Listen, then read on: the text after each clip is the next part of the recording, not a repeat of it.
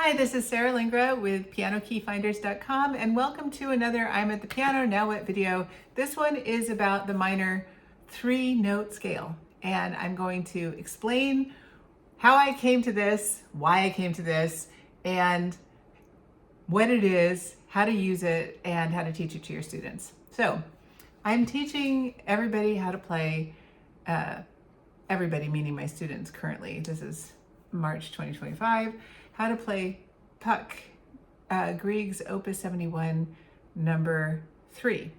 Now, it's not difficult to play, but it happens to be in the key of E flat minor, which is 6 flats, and some stuff in G flat major, same, relative keys. And in the beginning, so I have a Puck exercise on the pianokeyfinders.com blog that goes around the circle of fifths using 5-note major and minor scales, because that's how the whole piece is built, with a and a and then a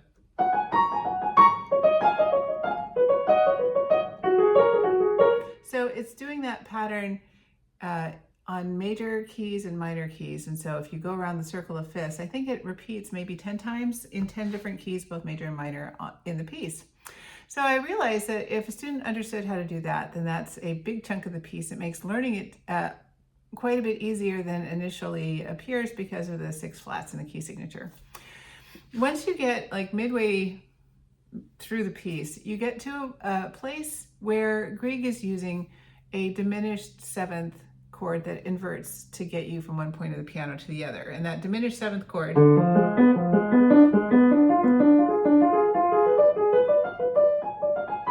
it goes up in that fashion, but on chords.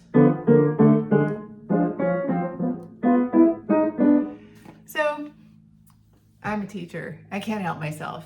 When I started explaining what a diminished 7th chord was to the 6-year-olds, actually, no, not the 6-year-olds, maybe the 10-year-olds, I could see that about 30 seconds into it, their eyes were glazing over, and about at the 2-minute mark, you could just see in their heads going, when will she stop talking so I can actually start playing? Or, I have no idea what she's talking about. I see her lips are moving, but it's not connecting. That's because diminished 7th chords have rules. They have rules about how they sound, but they also have rules on how they're notated. And you got to remember, we're in a 6-flatted key. So the rules when you spell something are different than the rules of conceptually getting it on the keyboard. For example, if we are doing 7th chords, a 7th chord needs to have a 1, 3, 5, and a 7 of whatever that key is. So for example, if I'm in C, a C major 7 is C, E, G, B. So all of my 7th chords that have C as the root need to have an E, a G, and a B. So if I'm doing a dominant 7, so a C7 chord, it would be C, E, G, B flat. If I'm doing a minor 7th chord, C, E flat, G, B flat. If I'm doing a minor 7 flat 5 or a half diminished chord, C, E flat, G flat, B flat. And then if I'm going to have a diminished chord, starting with C, it's spelled, when you notate it correctly in the music, C, E flat, G flat, B double flat. Okay? And it's kind of easy to understand that on C, because C starts with 0 sharps and flats. But when you are making sharps and flats and keys that have sharps already, then that gets a little confusing. And then when you're spelling it correctly, that can get confusing too. And so in the Grieg piece, this middle section has a diminished chord that's a B diminished, a D diminished, an F diminished, and a G sharp diminished. And each one of those with the roots has a different spelling.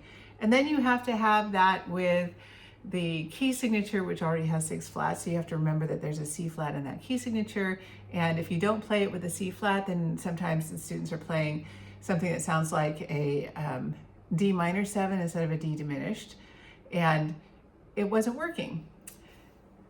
So that explanation was too much. And then talking about, well, the diminished chords are chords based on minor thirds. You have to know what a minor third is to begin with and compare it to a major third, and it was confusing. So I thought, what is the smallest unit or building block that I could use to explain this in an easy way that I could ensure that the student understood it so that when they went home they could practice it, and also that it wouldn't be so complicated that their fingerings would get off. And I teach a wide variety of students at the moment. I have some younger students who have poor fine motor. Their hands are a little soft. The muscle control isn't very good. I have some kids with some a little bit of ADHD, and I have adults who are really excited but don't have a whole lot of music theory background. So I thought, the 3-note minor scale. We're really comfortable in understanding an octave scale or a 5-note scale or minor scales. But that takes a few years of practice to understand and be able to do easily. So I thought, well, if I do a 3-note minor scale, it would be the first 3 notes of a minor scale. I'm going to limit the fingering on all of them to thumb, second, third, and third, second, thumb for the left hand. So I'm just going to use those 3 fingers because 3 notes, 3 fingers, no funky fingerings or anything. And it's going to be useful because it turns out that melodically, namely what you hear in melodies, a 3-note minor scale, either ascending or descending, comes often in music. So why not start on the smallest viable musical idea that can be used in the future to build all of your 7th chords or your triad, because you need to have an understanding of what minor thirds and major thirds are for this. So 3 fingers, easy to remember. And then the pattern is, I'm going to do A up here. So from A to B, I'm skipping a key, and then B to C, not skipping a key. So it's a whole step, half step, whole half, A whole half. If I'm going to do it on C, C whole half, or C skip, don't skip. If I wanted to start it on A flat, whole half. And so I can get students to get that pattern pretty easily. I don't need them to memorize it, but they do by the time they've done it enough. And then I have them going around the circle of fifths, which you can download lots of free versions of the circles of fifths on the pianokeyfinders.com blog.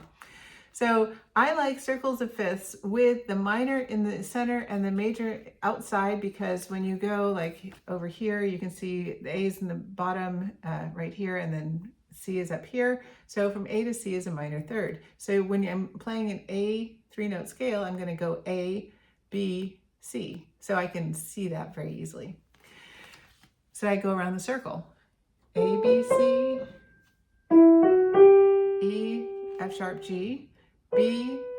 Okay, so skipping a key. This is really nice because they have to figure out that you can skip a key and it can be a white key. You can skip a key and it can be a black key. So for the B minor one, it would be B, C sharp, D.